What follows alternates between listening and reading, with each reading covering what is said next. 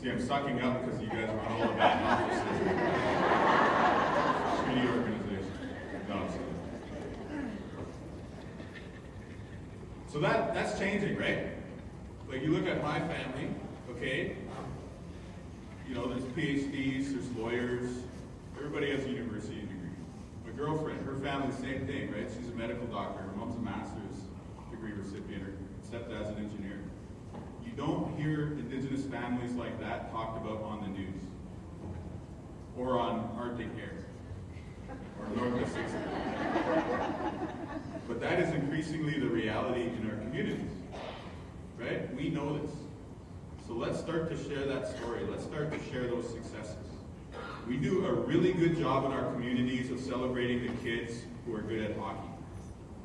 Do we do as good a job at celebrating the kids who are good at math, or science, or English, or the little kids who are good at Anishinaabe? We should.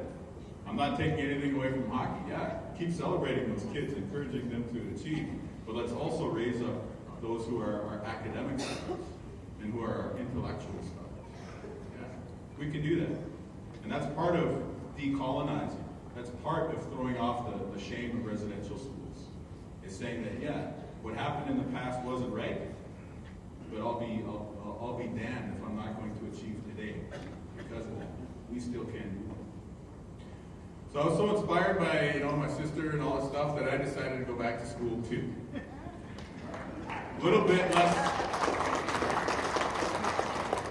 less well-known university than Harvard, but still very awesome. The University of Winnipeg. So last year I joined U of W as the Director of Indigenous Inclusion. It's a kind of job title where I tell people ask me, what do you do? Well, I'm the Director of Indigenous Inclusion. What do you do? Fancy title. Basically what it is I'm setting up a new program. Like the position didn't exist at UW before, so I'm setting up a new program. And it's all about connecting Indigenous people with the mainstream economy. Here's the key. In a way that is consistent with Indigenous values. So opportunity, but not opportunity at all costs. Opportunity in a way that is consistent with Indigenous values. So we sort of got 4 key areas that we're focusing on. Young people, First Nations professionals, First Nations politicians, and then industry. I'll talk about the young people in a second, but basically we just want to give them the foundation so that they can go on and succeed in any number of courses of study and careers later on in life. First Nations professionals, we're developing training programs around economic development, highlighting the communities that are creating business opportunities for themselves, but doing it in a way which is true to who they are and to what the community thinks is important. First Nations politicians, we're designing a course that would help people prepare for the negotiation process with industry, put together an employment readiness plan so that their community members are ready to take advantage of any job opportunities and joint venture procurement opportunities that come out of those negotiations. And then finally, to help those politicians create education plans for their communities so that the kids who are in elementary school today, by the time the negotiation process and construction process is complete, those kids who are in school today can be engineers, environmental scientists, maybe even CEOs, instead of just the entry-level positions which we typically occupy in resource development projects. Finally, on the industry side, we're going out. We got a really cool deal with a big resource company in Canada to provide all their staff with training in Indigenous culture, history, and contemporary issues. Thousands of employees in this company are going to receive basically a 101 on our history, our culture, and our contemporary reality. That way, when they come to the table with a community, they're going to know the score, some. And then so we want to work on the Indigenous side to help bring our people up to the level where they need to be. We're also going to work on the business and industry side to make sure that they have the understanding that they need to cultivate meaningful relationships. So that's what I do. That's a 5-minute explanation of what Director of Indigenous Inclusion is.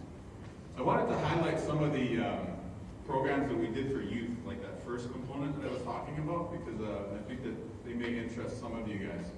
So the first one I launched on a volunteer basis about 1.5 years ago, and it's called Anishinaabe multicultural. It's a language program for kids. And if any of the kids can pronounce the title by the end of it, they pass. Or spell it. But, you know, it just means let's speak Ojibwe to our kids, right? And you'll see in that one photo there where those are my two sons, by the way, but where they got the popsicle sticks with the, looks like a loogie coming off of it. That's actually DNA. That's DNA that they extracted from a strawberry. And they did it through a process called cell lysis, or like essentially you're cutting open the cell wall and then pulling the DNA out from inside of it, right? They did that, but they learned the chemical terms and the biological terms in Anishinaabe. Right? And we had an elder come in and talk about teachings that relate to family, heredity, and to genetics. Another week we did rockets. We built rockets with the kids. And because we're talking about rockets in the night sky, we talked to them about the universe. And instead of doing it in English and using the Greek and the Roman constellations, which we're typically taught, we did it with the Anishinaabe ones. So we said, you know, universe, Mojigijik, you know, star, Anun, Jesus, sun, Tabekagizis, moon, and then the constellations, Benansi, Boganegijik, Nagakana, right? So we're able to teach these kids not only about the culture, but yes, your people have a tradition in astronomy, in science, in understanding the natural world, in analytic terms. Right? And then the elders had fun when we built the rockets too, because they were built empowered by a chemical reaction which produces carbon dioxide. So like Diet Coke and Mentos, or Alka-Seltzer and water, and then it builds up a gas, and the gas comes shooting out and then shoots the rocket into the sky. So the elders were joking around, and they called the rockets Ka Pugate Magak. It's like talking about the gas coming out the rear end of the rocket. It's good. And that's what it's all about, right? It's like letting the young people have fun with the older generation and their parents, and then hopefully we can do some language and culture work together. But on the primary level, we're teaching them language and culture. Secondary level, they're learning about the math and science stuff. And then on the tertiary level, or the third level, they're learning that the university is a place they belong. We're normalizing the environment for them. And that's really important because some of the families we work with don't have any university graduates in their ranks. So by bringing the kids in, letting them have fun in the lab, or letting them have fun in the different classrooms, they're learning that, yes, the university is a place where I belong, it's a place where I can go and have fun, and maybe it's going to be a place that's in their future after they're done high school. So that's the first one. The next one that we launched this past winter is a program called Young Money. And it also fuses, I guess, Western learning with the culture. The idea is basically we brought in a bunch of high school age kids along with a few young people who are maybe a little bit older looking to get back into school, so like early 20s. And the whole idea is that they would take a business idea and then develop a business plan around it. And there's a lot of programs out there that do this, right? Like the Martin Aboriginal Initiative, E-Spirit. There's a lot of business plan competitions that do that. The difference in our program is that we incorporated the culture throughout. So we gave each kid an iPad mini to develop their business plan with.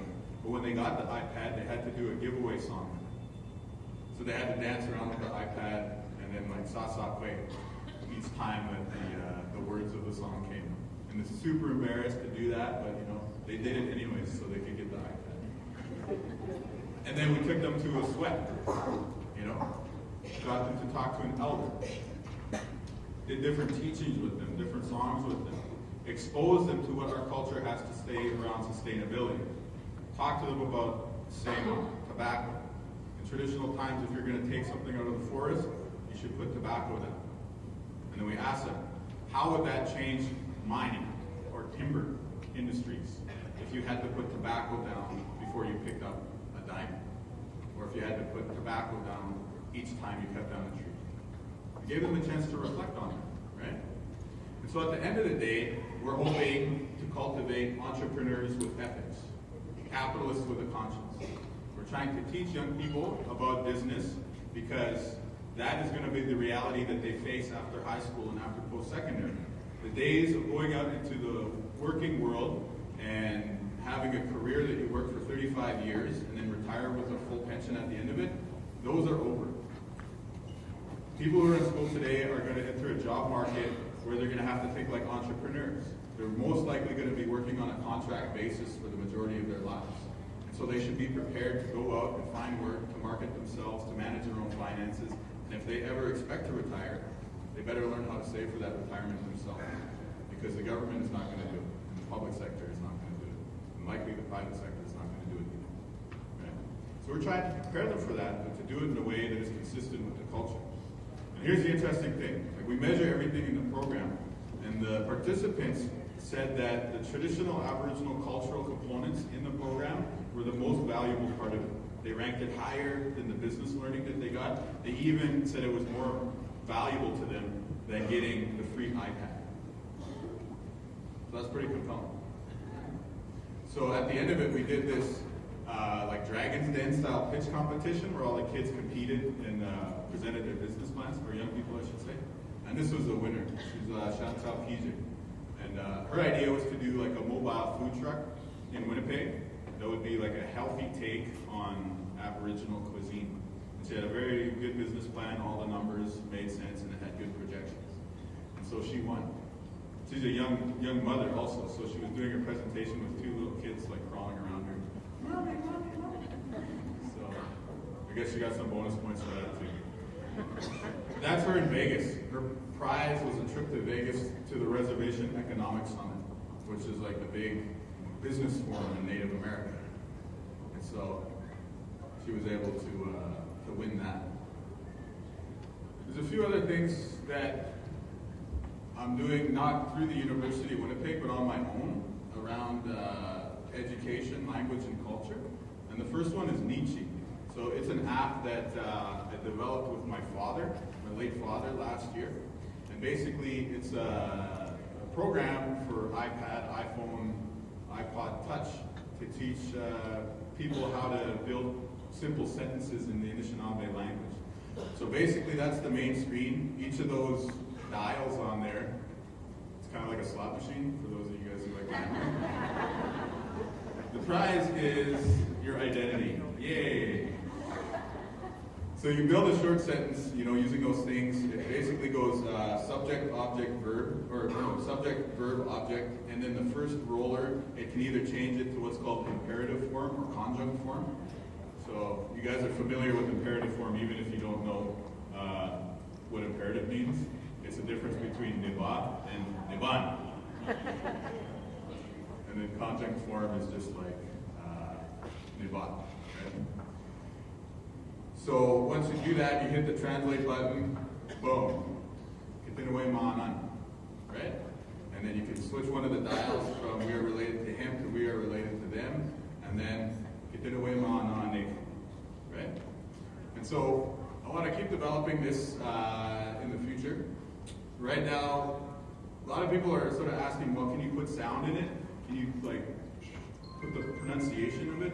But I'm kind of hesitant to do that because I know it's going to happen right away. As soon as we put one dialect in there as being the pronunciation of it, everyone else is going to be like, that's not the way you say it. Right? And let me be honest, this is one of the things that makes it difficult to teach the language. Anytime you want to teach something, everyone's like, that's not the way we say it where I'm from. So let's get over that. So one of the solutions that I thought of might be to make it like a social app. So almost like a Facebook or a Twitter thing, right? So that we would just put the words up online, and then people from each region would be able to upload their own pronunciation. Here's how we would say that where I'm from. So you could have people like see on that rough map of Anishinaabe country, you could have Soto people from out this way.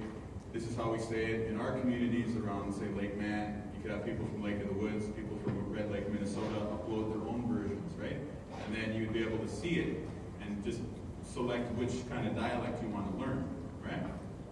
And then we'd make it a two-way street where you'd be able to see those other dialects, you know, the Southern Ontario one, the Lac-LaCroix one, the Wisconsin and Michigan dialects. And in that way, it would actually strengthen your learning of the language, because not only would you learn how it's spoken in your own community, but you'd also learn how it was spoken in other Anishinaabe communities. And then you'd probably develop a wider understanding for the language. So that's one thing that I'm thinking about doing next. So if you guys have any thoughts on that, I'd be curious to hear your feedback after and to see whether you guys agree that that's a good way to proceed. And the reason why I've been thinking about that is because as I've been thinking about how kids learn language naturally, I sort of have been thinking about this relationship between linguistic complexity and the social graph. So what I mean by that is, at the beginning of your life, like, what are the first words you learn? Like probably mama and dad, or papa, or something similar to that, right? And then after that, you probably learn those imperatives that I was talking about, like yiban, machan, or something like that, right? Then after that, you might learn animals, you know, like animush, things like that. And then you go on further, you start to learn the verbs, you know, like the kids are doing, like washkinin, matavin, things like that. And then as your language grows, then you start getting into the more complex forms like conjunct form and then other forms of verbs, transitive verbs, right? So if you think about that, as you're growing up and your language is getting more complex, what happens to your social network? Well, it's also growing, right? At the very beginning of your life, the only people in your social network are your parents. But then as you get a little bit older, your brothers and sisters are part of that social network. And then a little bit older, your grandparents, and then your friends, and then your community, and then the wider world, right? So I was thinking it would be good to kind of try and capture that growth using technology. And I hope that we really do recognize technology as being something that can help us rather than hinder us. I went back home to Anishinaabe for a language table there a few weeks back, and the language teacher was saying, you know, I can't teach the young people in our community how to speak Anishinaabe, one, because they're always doing this. Right? So that is a challenge. But why don't we recognize if they are doing this, then we put the language there. Or we put the culture there. Okay? So we're smart. We have a lot of creativity. We can figure out how to meet these challenges. So those are some of the things that I wanted to share with you guys. So all is to say that it's my experience that language and culture is super important. It makes young people more likely to be successful. It makes them more interested in the subject matter. It makes them less likely to have a variety of the social challenges that they experience outside of the classroom. So why don't we incorporate it more? You know, and there's lots of people doing interesting things to bring that about. The Ontario Teachers Union, for example, in public schools, they just came up with a resource, which is essentially a lesson plan for K-12 on how to incorporate Indigenous knowledge into your classroom. Not just for Native Studies classes, but for every subject matter that you might want to do so in, right? So I wanted to share this one quote with you guys about the language and the culture. It comes from Daryl Kipp, who founded a Blackfoot immersion school. And he says, never ask permission. Never beg to save the language. Go ahead and get started. Don't even wait 5 minutes. Don't wait for a grant. Right? I think that's powerful. My dad kind of said it even more bluntly when he was around. He said, you know, if you see somebody in the middle of the street about to get hit by a car, you check your pockets first and see if you have enough money to go save them. No. Right? So if this stuff is important to us, why don't we go out there and learn or make it happen? The final thing that I wanted to touch on real quick is I don't know more. So who here is I don't know more? Just one of you guys. Yeah, it looks like it was actually just the not idle for a little bit, but then back to being idle again. Okay. Or are you guys gonna prove me wrong? Okay, tough crowd. I don't know more is a tremendous learning opportunity. Okay. Because regardless of whether or not you agree with the politics or the policies or everything that went down these past few months, it's hugely important to the relationship between Indigenous people and the rest of Canada. And the reason it's important is because for a couple weeks there in January, everybody in the country was paying attention to our cultures, paying attention to our issues again. For the first time in a generation, probably for the first time since OCA. Okay? And so for the older generation of Canadians, it meant like holding their beliefs up to the light of day. Maybe not changing their minds, but examining those things and asking, what's up with reserves? What's up with treaties? Right? And that's important. And for the younger generations of Canadians, it's even more important than that. For the young Canadians of all backgrounds who are in high school right now, who are in university, who are maybe even in the early stages of their careers, what they saw in January is going to inform the way that they think about Indigenous people for the rest of their lives. It's going to inform the way that they think about the policies, the way they think about the issues. It's going to inform the way that they vote. So that's very powerful.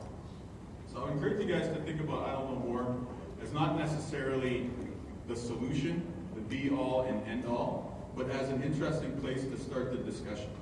To start, well, treaties, something that was signed 140 years ago, how does that apply now? Well, it applies very much now, right?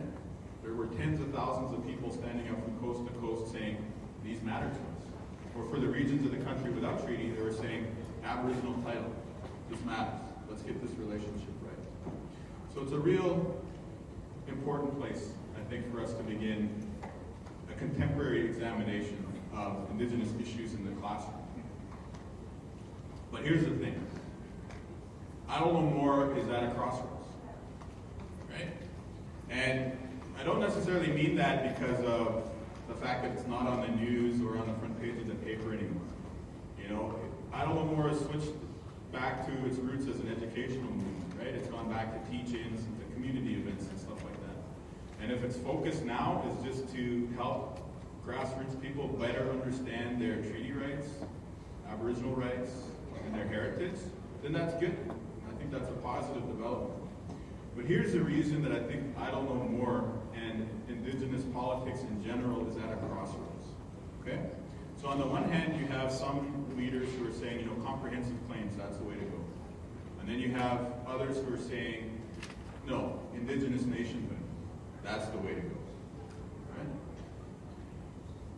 You can make an argument for either side.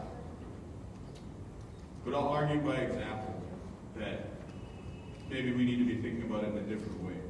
A few years ago, or a few months ago, I should say, in February, I was in a Northern Ontario community.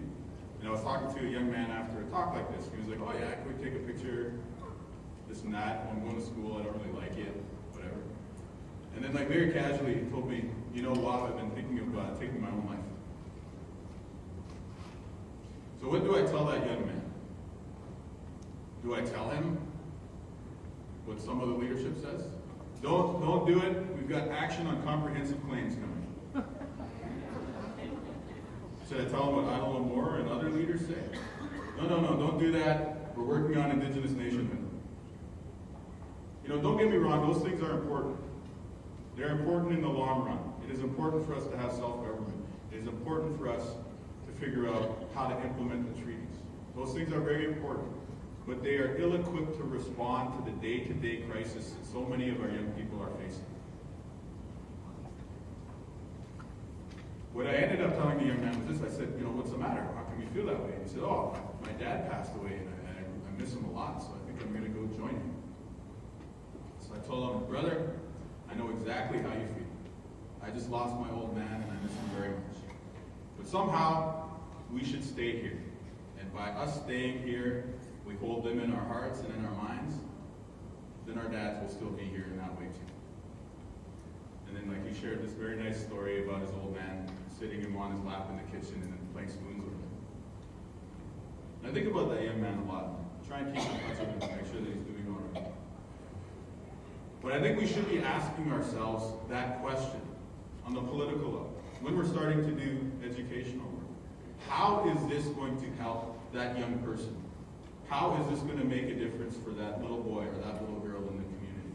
Right? Because it's so easy for us to get caught up in our own heads or in our own egos and pursue those things and get stuck on those ideas that we think are really important.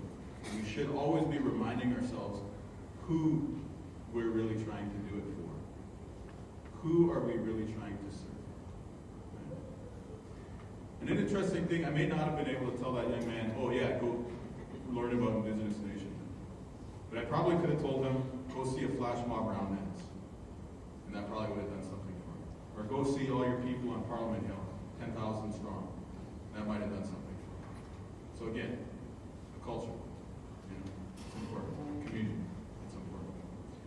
So real quick, just to finish up, I wanted to share with you guys, it's maybe a classroom exercise that you guys might consider doing. And it's all about trying to have this conversation, which might enable us to change our habits for the better. Might enable us to start living a good life. And it's all, essentially, is just to write a declaration which declares your principles that you want to live your life by. It says what you think is a good life, what you think is a healthy life, right? And so for me, this is mine. I wrote it down. It's real easy for me to live by it because I already do, But for other people, I'm not saying you have to live by this one. You can download it on my website if you want to. But what would be much more interesting is if you had that conversation in your class, or with your after-school group, or with your youth group, and you say, what is a good life? Have that conversation with the young people, and then have them write their own declaration. And the reason why I think it's important to write it out and put it down on paper like that is twofold. One, if it's there on paper, if you could put it on the fridge, if you can put it up in the classroom, it's a reminder on those days when you forget, what am I doing this for again? Or on the days where you feel really stressed out or whatever, it's there for you to look at. Oh yeah, that's what I'm trying to do. Those are the values that I want to uphold. And then the other reason is that by saying things out loud or writing them down on paper, we create accountability, right? Like if I say, I don't drink, and then you see me at the bar there drinking, what are you going to think? Like what would you think of? A liar. Yeah, right? So by speaking it out loud, I've created that accountability. So same thing, if we declare something in front of our peers or in front of our class, we create an accountability. So I'll just read you guys a couple of the points just so you get the gist of it. First one, we are all related. We should treat everyone as though they are our brothers and sisters, unless they are our boyfriend or girlfriend. Then that would be weird. We exercise and eat well so we can feel good. We have a right to healthy food and clean water. We're never alone. When lonely, we reach out to our community. When our friends in need reach out to us, we do what we can to help them, as long as we stay safe. We work hard every day, both to provide for our families and to gain a sense of pride in the job well done. When we choose to become parents, we will care greatly for our children. We also support the children we know who have lost their parents. All our religions. So that's the one that I share it with young people. Sometimes they like it, sometimes they just sort of nod, oh, that's nice. But I would encourage you guys to consider an exercise like this, which would start a dialogue, start a discussion about what is a healthy lifestyle, what are the habits that we can start to embody on a day-to-day life, and then have the people that you're working with set it out onto paper or speak it in front of their peer group so that they actually commit or begin to commit to bringing about that change on a day-to-day level. So if you guys want to review that further, you can see it. It's on my website, wabkinew.ca/declaration. So miigwech pizindawiye, higawa bamin and nim and ah.